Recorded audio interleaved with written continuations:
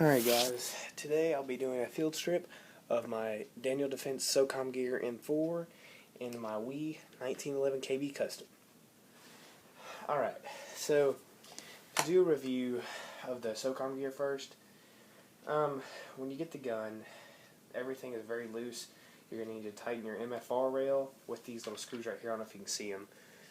And also, you're going to need to obviously field strip the gun and tighten other things. Now, the outer barrel does not come pre-installed, so you will have to install that yourself. So it's kind of a pain in the arse. What I did is I just Gorilla Glued it, so that way it would just permanently stay in there, so I wouldn't have to screw with it later. Now, if you're wondering, my red dot on here is the AMP red dot with their QD riser mount from Airsoft GI. So when you field strip it, you're just going to, obviously, whoops, pull it off. Now, I'm not going to fool with the gearbox and stuff today. We'll do that on later terms, and obviously you can take the stock off if you want, but they're not that big of a deal. Okay, so now we're going to get into the goody goods. We'll go ahead and pull out the Mad Bull. It is the Black Python Type Bore version 2. Now, if you ask me, Mad Bull is a good barrel, but I prefer a longer barrel because it only really comes out to like right here. So you could get a longer barrel and then get a mock suppressor. Okay, so we're going to go ahead and move that out of the way.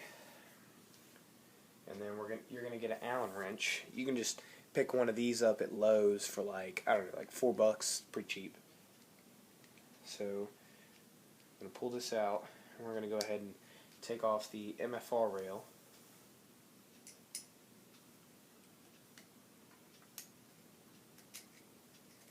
Now be careful when you're doing this because this thing is very easy to chip the paint on. Now obviously I can't get my red dot off on there because it's stuck, so this might take a second to get this one and the other one off. There's 4 Allen screws here total, guys.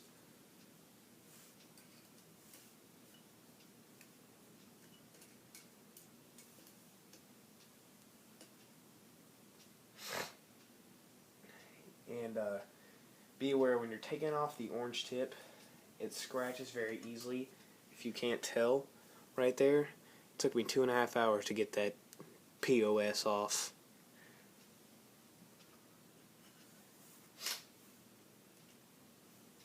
And also be careful when you're field stripping because the slide catch here will come out as shown in figure 1.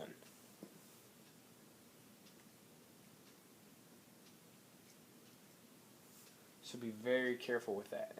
And if this does come out, be very careful with it because it's very flimsy.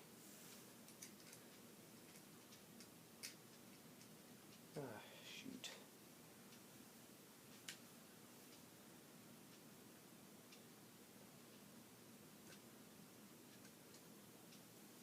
Alright. So now what we're going to do, we're going to go ahead and take off the MFR rail. Shoot, it will come off. There we go. Oh, there we go. Yeah, like I said, be careful. My jackass self just... Alright. Now here is the inner barrel. I got the Gorilla Glue and stuck it on there like that and Gorilla Glued it. Now, you can also take that off again by unscrewing this and just pulling it off. And you can take that off if you just honestly want to go up the barrel. And here is, you know, part of the upper receiver. Well, really the upper receiver of the gun with my beautiful AMP dot on there. See if I can take it off now. Yeah, I can take it off now. Sweet. In case you're wondering where I got it off of Airsoft GI. I picked it up for like $85. Yeah, it is a fairly expensive red dot, but it comes with a kill flash, and I mean honestly, it didn't take me long to windage and adjust everything on it. I think it took me like 20-30 minutes to do that. Not even that. Alright, so now here's your MFR rail off. You can unscrew these and put these anywhere on this MFR rail, but honestly, I wouldn't mess with it because you got to stick your fingers down there and your fingers don't reach that shit along. That's what she said.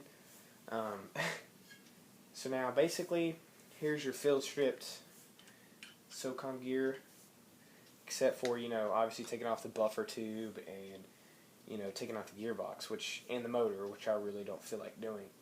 Now, when you first get the gun, I would automatically field strip it and go ahead and get some Gorilla Glue. You can pick it up at Walmart for like $5. I know I got,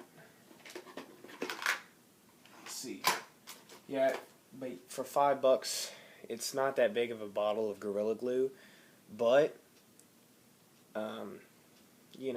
it's expensive, but it's well worth it. But you don't need to use that much Gorilla Glue when you put it on there either. So.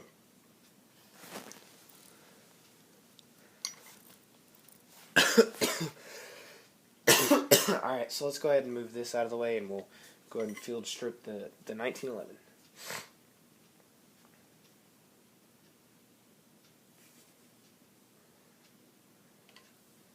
Alright, so here is the WE 1911 KB Custom. Now, let's do a review. I paid $98 on this off of Evike, and honestly, it wasn't the best purchase in the world. I really didn't. I wish I would have done up some more research on it. You have to buy a green gas can extender for this because the regular green gas nozzle won't reach all the way in there. So, and it's like $2 on Evike for the green gas extender, so it's not that expensive.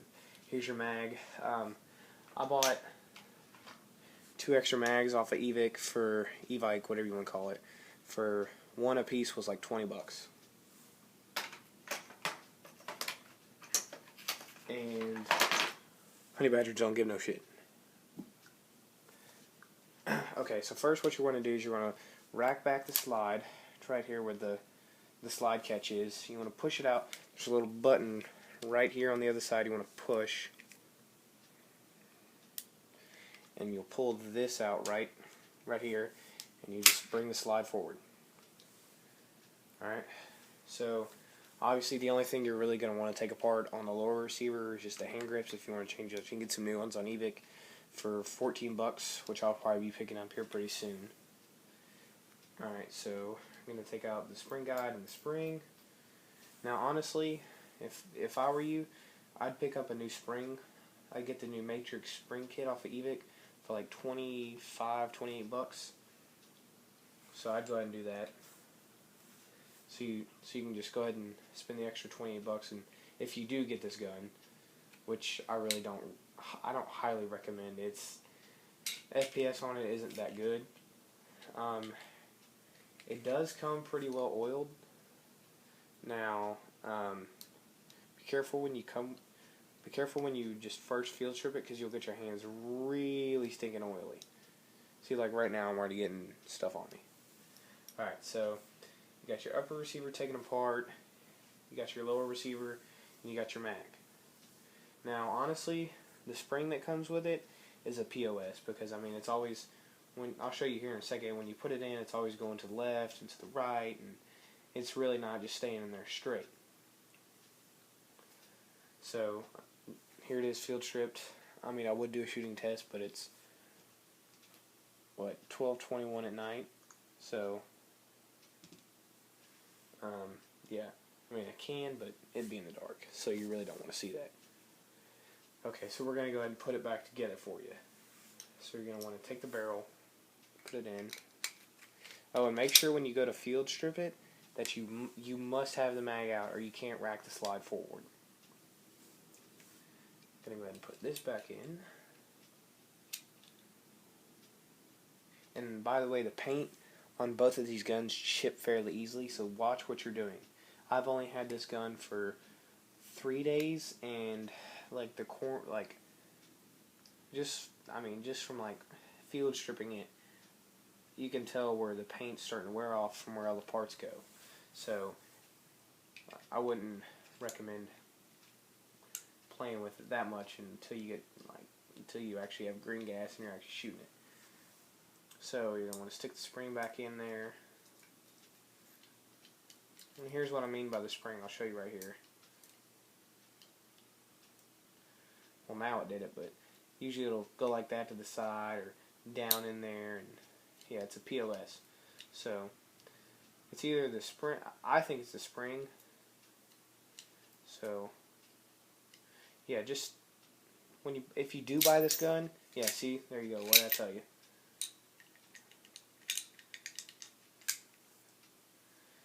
This damn thing's screwing me up. Anyway, so just put your spring guide back in. I'd recommend, honestly, if I was going to get another pistol, I would recommend buying an upper receiver and a lower receiver for a WE 17 Glock. Or I would buy a KW ATP auto. Go ahead and spend the extra 20 bucks on the auto because I read, yep, see there it goes again, POS.